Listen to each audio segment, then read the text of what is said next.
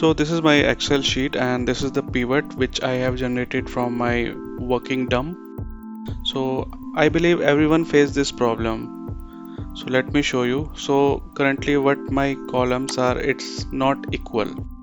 So what I will do is I will select all the 5 columns and then I will fix the width equal for each column. Okay.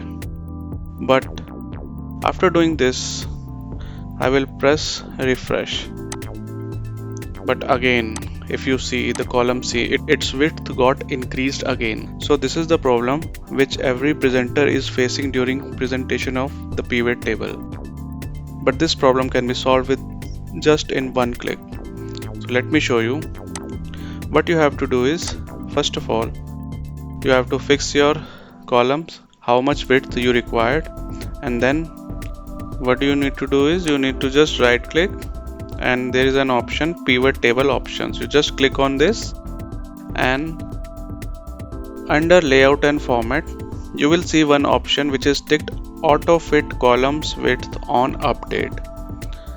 So this is currently ticked, that's why your columns gets auto fit once you refresh your data, but once you untick and then click OK, now if you press refresh, the data will not change.